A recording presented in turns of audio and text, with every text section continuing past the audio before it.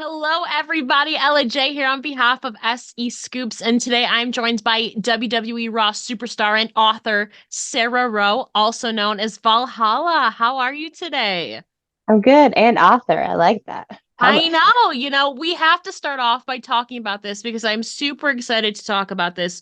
As we alluded to, you are a new author of a brand new children's book that is set Yeah. to be released on April 2nd, titled From the Farm to Our Table, which focuses on basic sustainable living practices. Obviously, you are no stranger to this lifestyle. So tell us more about the vision behind this story and what you hope readers can take away from it. Cash Boy, my son, was the inspiration behind this, shockingly. I was really trying to find a book that was a children's book that was written in a way he could understand of how we farm and our regenerative practices and us growing our own food and why we grow our own food and that we cook and we eat with this food. And because I couldn't find it, I just wrote one myself. So I worked with I worked with Gnome Road Publishing, and they really helped me bring this to life. Like the illustrator Amanda Morrow, she was like I couldn't have asked for a cuter, like illustration of what I had in my brain, and it all came across so well. And I it's been like 2 years in the like making of this book and getting it out, and it's crazy that the finish line is here. Yeah, so it sounds like you started this about a year after you gave birth to little Cash. So it's probably been Hmm. a whirlwind of motherhood and also keeping up on your Oh, yeah. farm and writing. So obviously, like you said, you yourself live in a small farm in Ohio with your son, your dogs, you got lots of cows and chickens. So I'm so curious to know if any of your personal anecdotes have translated into this story or maybe inspired a portion of it. Yeah, so the book is a lot about sustainability and being a steward of the land. And the way I farm, we don't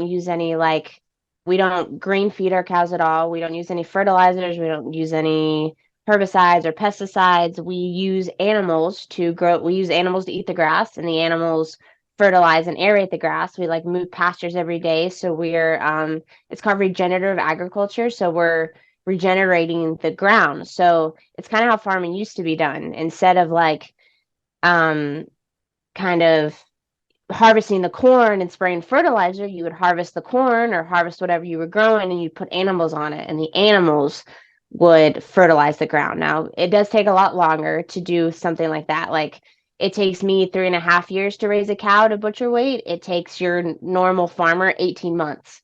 So it does take a lot longer to farm this way. But just because we farm for just my family, we are able to kind of take it slower and more, be a little more methodical about it.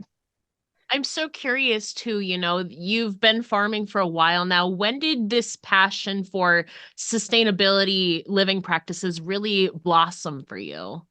Um, Honestly, I've always been like wanted cows, I wanted chickens. Like I grew Yeah. up on a farm very different from the one I have now. But COVID and like the food scarcity and food quality kind of scared me and kind of gave me the kick in the butt I needed to kind of be like, all right, let's send it. Let's invest into growing food here. So we always have food here. So I have chickens which lay tons and tons of eggs. I don't butcher chickens. We use them in our rotational grazing practices. So even if they're not laying a bunch of eggs, they still fertilize, and they'll like take cow poop and spread it out for me. It's amazing. And then I have a milk cow. Her name's Butter. So we get fresh raw milk seasonally when after she's calved and before the winter. And then we butcher at home at my farm about 2 to 4 cows a year, depending on what we have grown. So it's a full-time job on top of my full-time jobs, but it's so purposeful and so worth it. And it the fruits of my labor are amazing. So it's very worthwhile to do, even though it's hard work.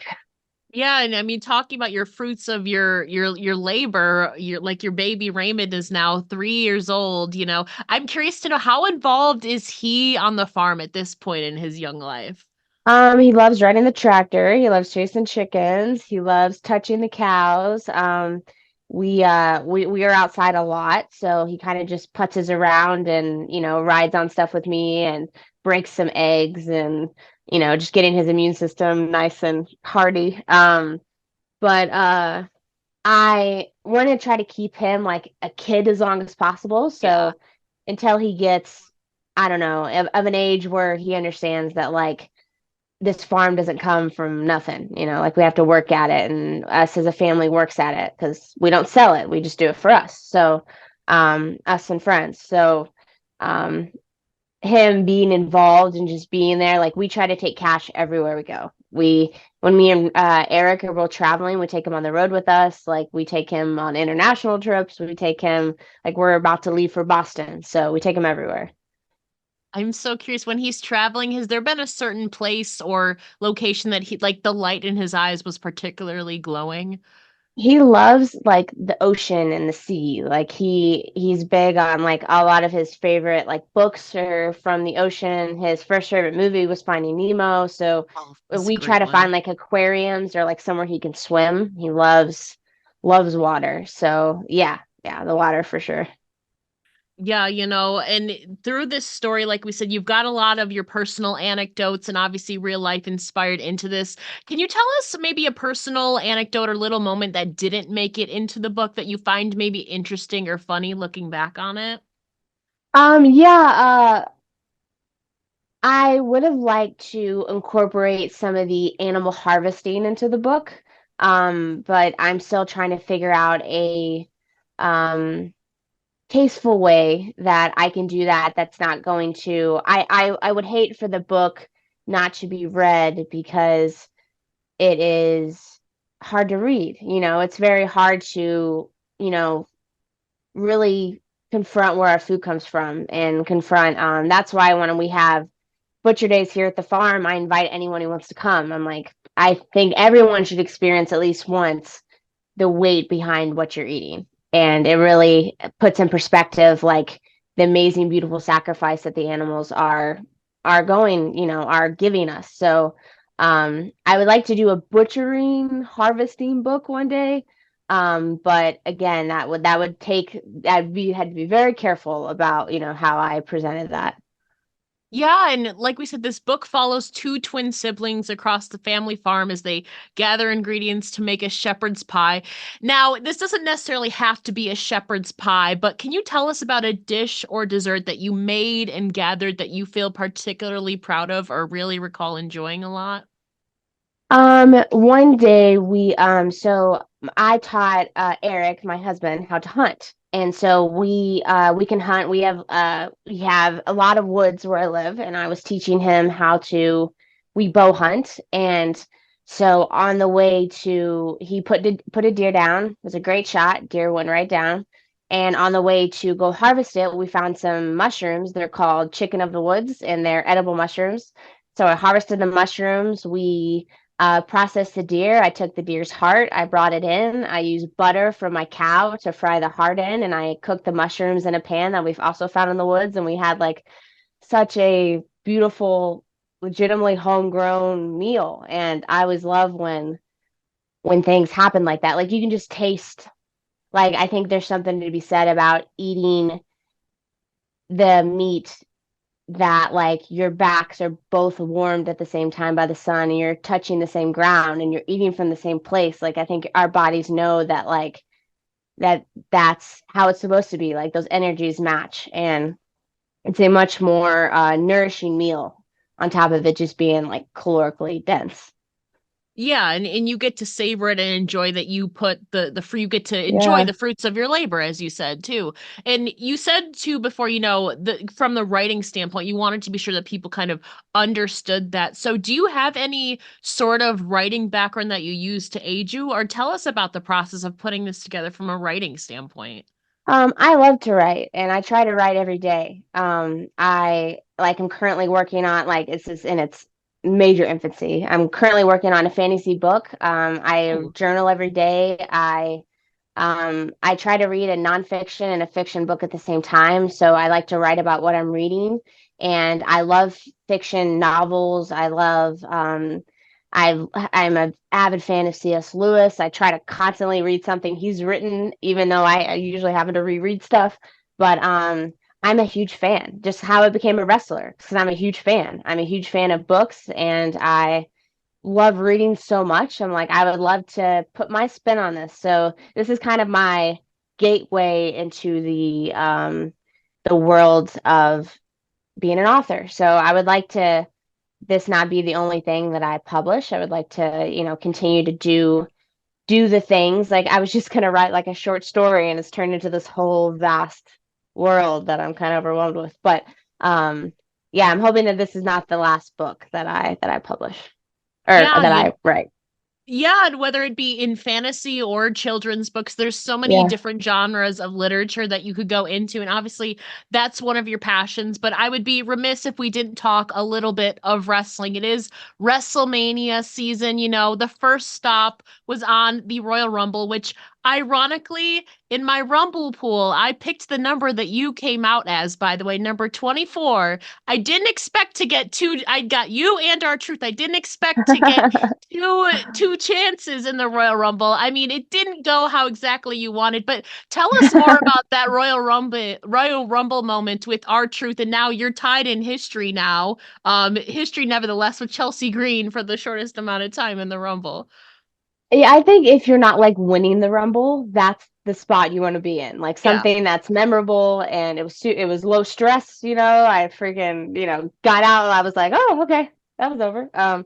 But it was super it was fun. And I with the Riot Squad, like we had, gimmicks, like we had Yes. our whatever, but like I am such a like gimmick heavy character now that it's really fun the roles I get to play and the things I get to do and the that I get to have these bigger character moments that are a lot more memorable than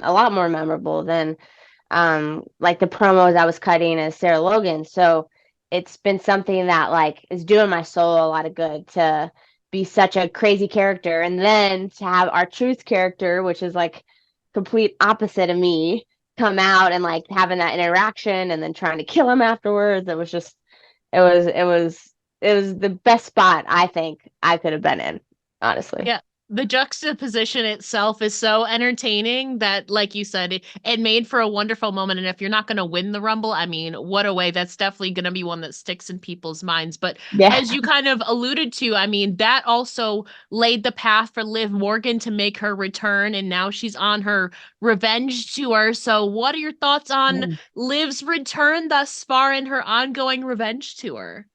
Liv is a badass. She's legit knocked.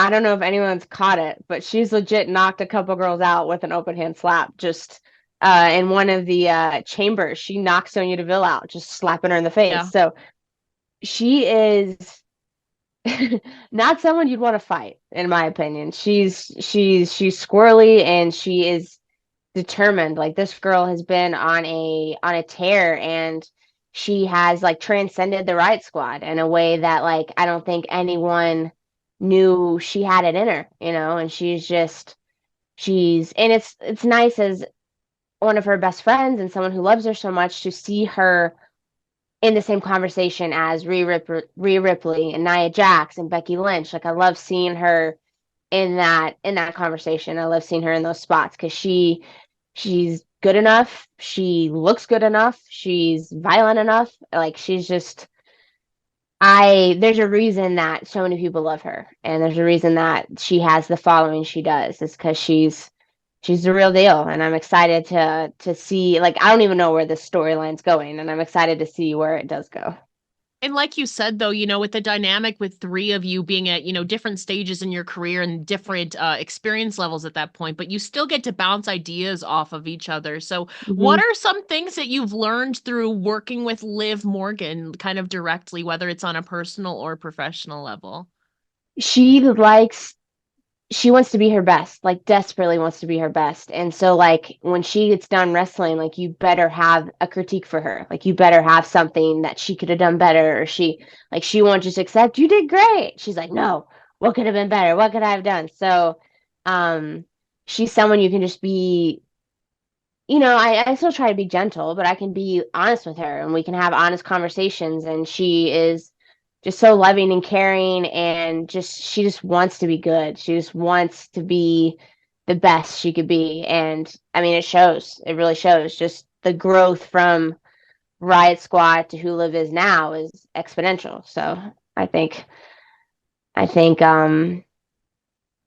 I think we don't even know, and she doesn't even know where she's gonna transcend to. And the growth within your own character is obviously transcended to a completely different direction. And one of those Oh, recent yeah. moments I feel like really popped a lot of people and Michael Cole was you giving him your antlers recently on Raw. He is very fascinated and interested by them. So tell us about that moment and the decision to, I mean, you popped like literally we Michael Cole was popped in that moment. Tell us about that and your decision to hand him your antlers during Ivar's recent match. So I had noticed, obviously, like everyone else did, he's obsessed with those antlers, right? Yes. Like he gets upset when I don't wear them. He loves them. So I have been thinking like I need to do something with that. I don't know what yet, because like honestly, like the Vikings, we had pretty free reign to do what we want. Like what you see on TV, our promos is Yeah. us writing them. Like we like I literally showed up like I did with the antlers on and was like, I'm gonna walk out like this, Hunter. And he's like, yeah, sounds good. So what you see is us, which is amazing, which also gives us a lot of creative liberty. So I was like, I want to do something with this. I don't know what yet. And then I was like, I told Ivar, he's the only one who knew besides me and one camera guy that I was doing that to Michael Cole. Michael Cole had no idea. And so I've been planning it for a couple weeks, but it's live TV, time kept getting cut. It just wasn't, I wanted to make sure it had its moment, like it, because I knew it was going to be awesome. So we finally got to do it, and I'm not lying when I tell you Michael Cole had no idea. Like that reaction he had was his honest to God true reaction. And it was perfect. It was perfect. Is there a certain significance or meaning? I know it comes from, Viking culture and all of that, but for those who don't know, what is the significance or meaning behind your antlers? So the Vikings were very big on intimidation, and like very big on the earth, and trying to connect and trying to ground themselves and be one with nature. So um and they are wanting to like impress the gods. They're wanting to, it's kind of like if you were going to church, you wouldn't just wear anything. You will try to wear what you think is pleasing. So the antlers are definitely a homage to any like Viking priestess or any, it's just kind of what they decided to adorn themselves in. And the antlers that I have and everything on that, on the antlers, is something I have harvested. So I harvested or sourced, or so they're very special to me, and they're very special to Michael Cole. So it there's definitely some significance behind them for sure. Yeah, and in final question, like we said, we are on the road to WrestleMania. The card for this two-night event is shaping up really fast. So, as it stands right now, what matches are you most looking forward to on the WrestleMania 40 card? I I know Rhea and Becky are going, it's looking like they're gonna wrestle at WrestleMania.